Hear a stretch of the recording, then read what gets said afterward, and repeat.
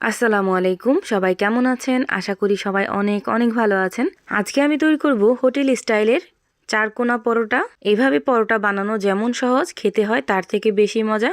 এইভাবে এই পরোটা তৈরি করলে অনেকক্ষণ পর্যন্ত কিন্তু নরম থাকবে আর অনেক সফট হবে এই পরোটাগুলো।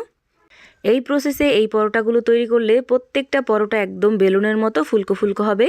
এখন কথা না বাড়িয়ে দেখে নেই আমি কিভাবে এই পরোটাগুলো তৈরি করলাম। প্রথমে আমি হাফ কেজি পরিমাণ আটা নিয়ে নিছি, আপনারা চাইলে এখানে ময়দাও ব্যবহার করতে পারেন। দিয়ে দিব হাফ চামচ পরিমাণ লবণ, 1/3 কাপ পরিমাণ দিয়ে দিব রান্নার সাদা তেল। এখন এই লবণ আর তেলটাকে খুব ভালো করে মিশিয়ে নিতে হবে।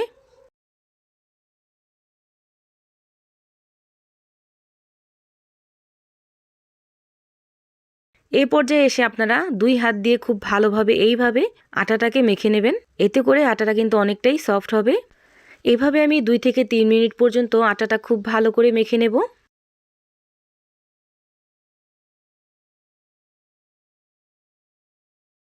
এখন অল্প অল্প করে কুসুম গরম পানি দিয়ে খুব ভালোভাবে একটা ডো তৈরি করে নিব। এখন যেহেতু শীতকাল, এজন্য পানিটা কিন্তু অনেকটাই ঠান্ডা থাকে। সরাসরি ঠান্ডা পানি না ব্যবহার করে কুসুম গরম পানিটা এখানে ব্যবহার করতে পারেন।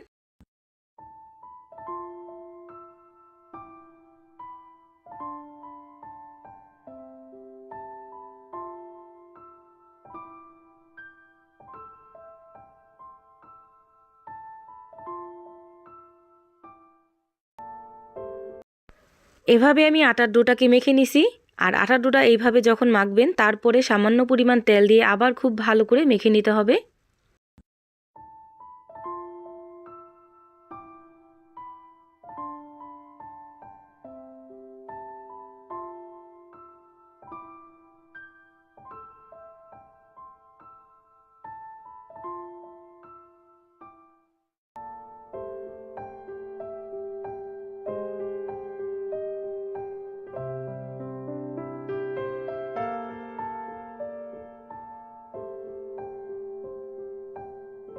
পরোটার এই ডোটা কিন্তু খুব ভালোভাবে রেডি হয়ে গেছে।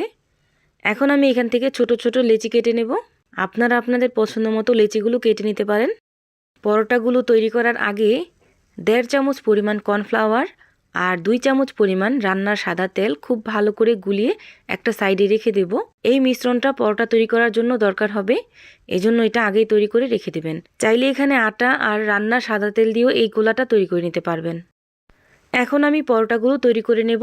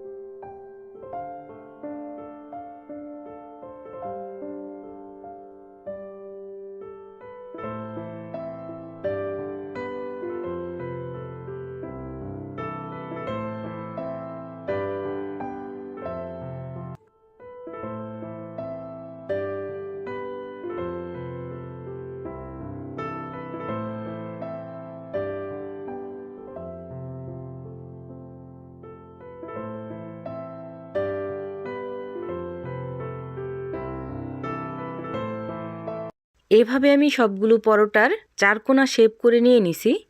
আর এইভাবে পরোটা বানানোর আগে তৈরি করে রাখলে কিন্তু পরোটা ভাজতে বেশিক্ষণ সময় লাগে না। এখন এই পরোটার লেচিগুলোকে আমি পরোটার শেপ দিয়ে নিব।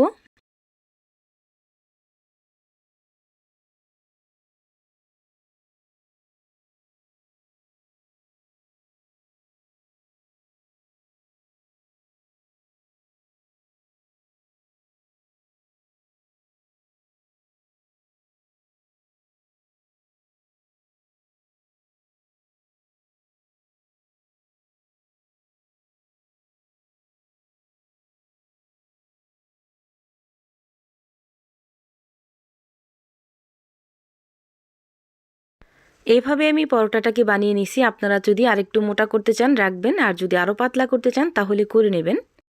এখন আমি একটা একটা করে পরোটা এইভাবে ভেজে নেব।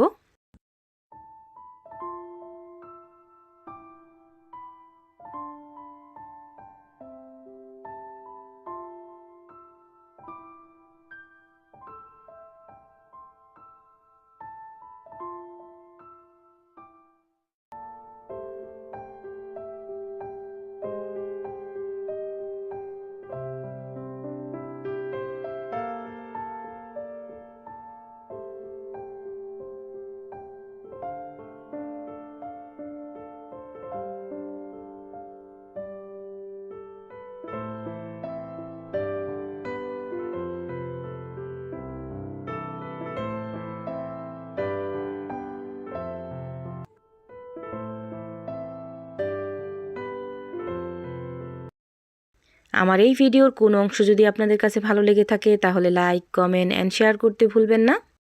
এইভাবে আমি সবগুলো পরোটা ভেজে নিছি। আর এই তো দেখতেই পাচ্ছেন পরোটাগুলো কতটা পারফেক্ট হয়েছে মাশাল্লাহ। এখন ডাল ভাজির সাথে পরিবেশন করতে পারেন। এই পরোটাগুলো যে কতটা সফট হয়েছে আমি একটু ছিঁড়ে দেখাচ্ছি। এভাবে পরোটা বানিয়ে রাখলেও কিন্তু অনেকক্ষণ পর্যন্ত নরম সফট থাকবে, একদমই শক্ত হয়ে যাবে না। প্রত্যেকটা লেয়ার স্পষ্টভাবে দেখা যাবে এভাবে পরোটা তৈরি করলে। আমার এই ভিডিওটা যদি ফেসবুক পেজ থেকে দেখে থাকেন তাহলে আমার পেজটা অবশ্যই ফলো দিয়ে রাখবেন। আর যদি ইউটিউব চ্যানেল থেকে দেখে থাকেন তাহলে আমার চ্যানেলটা সাবস্ক্রাইব করে পাশে থাকা বেল আইকনটা বাজিয়ে দিবেন। তাহলে আমি প্রতিদিন ভিডিও ছাড়লে আপনাদের কাছে খুব তাড়াতাড়ি পৌঁছে যাবে। সবাই ভালো থাকবেন, সুস্থ থাকবেন। আল্লাহ হাফেজ।